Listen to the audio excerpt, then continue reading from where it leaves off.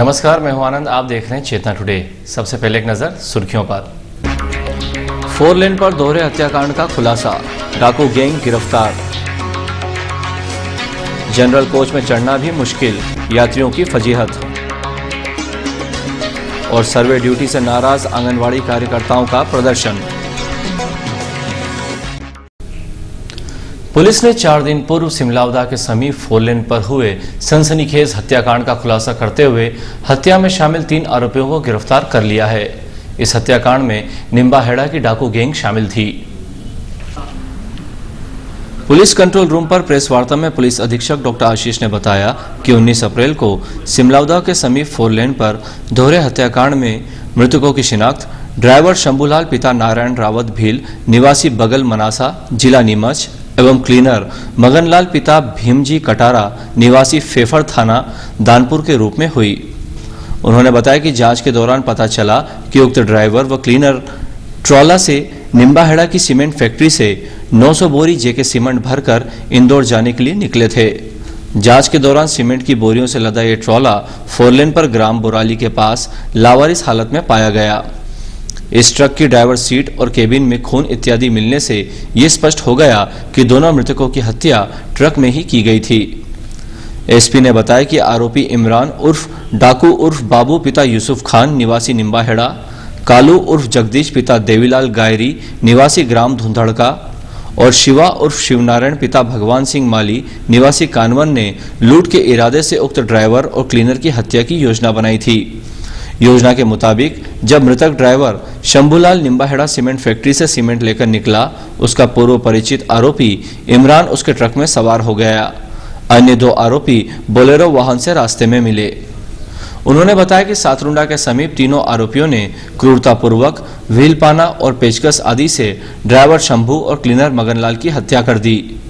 हत्या के बाद ट्रॉले में लदे सीमेंट को 25 रुपए किलो के हिसाब से बेचकर ट्रॉले को कटवाकर बेचने की योजना थी, लेकिन पुलिस की घेराबंदी के चलते आरोपीगण सीमेंट बेच ही नहीं पाए और इससे पहले ही पुलिस की गिरफ्त में आ गए। आरोपी इमरान पर पूर्व में भी ऐसे ही अपराधों में शामिल रहने के साक्ष्य मिले हैं। जांच दल की सफलता पर डीआईडी एसपी सिंह की ओर से उन्हें 10,000 तथा एसपी ने 5,000 रुपए नकद का पुरस्कार देने की घोषणा की है। महिला एवं बाल विकास विभाग में कार्यरत आंगनवाड़ी कार्यकर्ताओं को राष्ट्रीय खाद्य सुरक्षा अधिनियम के लिए हो रहे सर्वे के कार्य में लगाए जाने से नाराज कार्यकर्ताओं ने प्रदर्शन किया। वे सर्वे सामग्री कार्यालय में फेंक कर चली गईं। खाद्य विभाग के कलेक्टोरेट में स्थित कार्यालय पर लगभग 50 से अधिक आंगनवाड़ी कार्यकर्ताएं गुरुवार को पहुंची और उन्हें सर्वे कार्य में लगाए जाने पर विभागीय अधिकारी रमेश चंद्र जांगड़ा के समक्ष आपत्ति दर्ज करवाई। कार्यकर्ताओं ने सौंपे गए इस कार्य को उनके क्षेत्र के बाहर का बताते हुए प्रदर्शन किया। आंगनवाड़ी कार्यकर्ता ने मीडिया को बताया कि हमें राष्ट्रीय खाद्य सुरक्षा अधिनियम के तहत हितग्राहियों के घर घर जाकर उनके Aadhaar card, PAN card, bank account सहित अन्य जानकारियों का डाटाबेस नियत फॉर्म में भरना है। मुश्किल ये है कि हमें केवल हितग्राहियों के नाम दिए गए हैं, पते नहीं, उन्हें तलाशेंगे कैसे। इतना ही नहीं, जो आदेश दिया गया है उसमें हमें शाम 4 बजे तक आंगनवाड़ी में कार्य करना है और उसके बाद सर्वे कार्य में जुटना होगा, जबकि इस कार्य का पृथक से कोई मानदेय भी नहीं मिलेगा। इतना ही नहीं, हमारा पिछले सितंबर से मानदेय वैसे ही लंबित है। इस समस्या से उन्होंने अपने विभागीय अधिकारी को भी दूरभाष पर अवगत करवाया, जिसके बाद उन्हें अपनी समस्या से लिखित में अवगत करवाने के लिए कहा गया।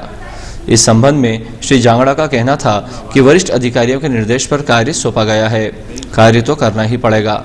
फिलहाल इन्हें अपने विभागीय अधिकारियों से चर्चा के लिए कहा गया है। प्रदर्शन और विभागीय अधिकारी से चर्चा के बाद असंतुष्ट आंगनवाड़ी कार्यकर्ताओं ने सर्वे कार्य के लिए सौंपे गए प्रपत्र खाद्य विभाग कार्यालय के द्वार पर पटक दिए और वहां से चली गईं।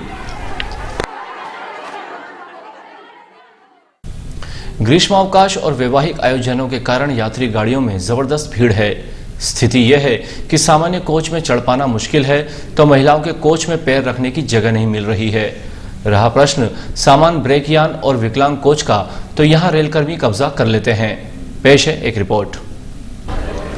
गुरुवार दोपहर इंदौर उदयपुर ट्रेन जब प्लेटफॉर्म क्रमांक 6 पर पहुंची तो इस गाड़ी के दोनों ही सामान्य कोच में क्षमता से अधिक यात्री पहले ही सवार थे।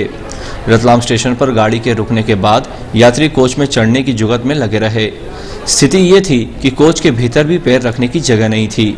इस गाड़ी में मात्र 2 ही सामान्य कोच लगे होने और उदयपुर के लिए दिन में इकलौती ट्रेन होने के साथ ही यात्रियों का अत्यधिक दबाव रहता है। यही स्थिति महिला कोच में भी देखी गई। कुछ महिलाएं पायदान पर बैठी थीं, जिसके कारण अन्य महिलाएं कोच में चढ़ पाने की स्थिति में नहीं थी। जानकारी रेलवे पुलिस को दिए जाने के बाद जब पुलिसकर्मी यहां पहुंचे तो वे भी ट्रेन में अत्यधिक भीड़ के कारण असहाय नजर आए। महिला यात्रियों ने जब हंगामा मचाना शुरू किया तो उन्हें जैसे तैसे विकलांग कोच में चढ़ाया गया।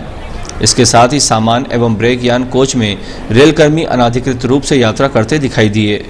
ट्रेन के गार्ड ने सभी को नीचे उतार दिया। इनमें रेलवे पुलिसकर्मी भी शामिल थे।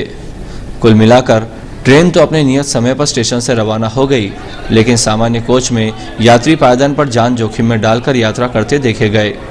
न केवल ये ट्रेन बल्कि लंबी दूरी की गाड़ियों में यही स्थिति है। ब्यूरो रिपोर्ट, चेतना टुडे। सेलाना रोड पर डॉल्फिन स्विमिंग पूल में डूबने से हुए किशोर की मौत के मामले में पुलिस ने संचालक सहित 4 युवकों को आरोपी बनाया है। स्विमिंग पूल में डूबने से 19 अप्रैल को अतीक पिता मोहम्मद सलीम उम्र 16 वर्ष निवासी राजेंद्र नगर की मौत हो गई थी। इसको लेकर पिता और परिजन ने हत्या की आशंका जताते हुए एसपी से शिकायत की थी। एसपी डॉक्टर आशीष ने IATI अजय सारवान को जांच के निर्देश दिए।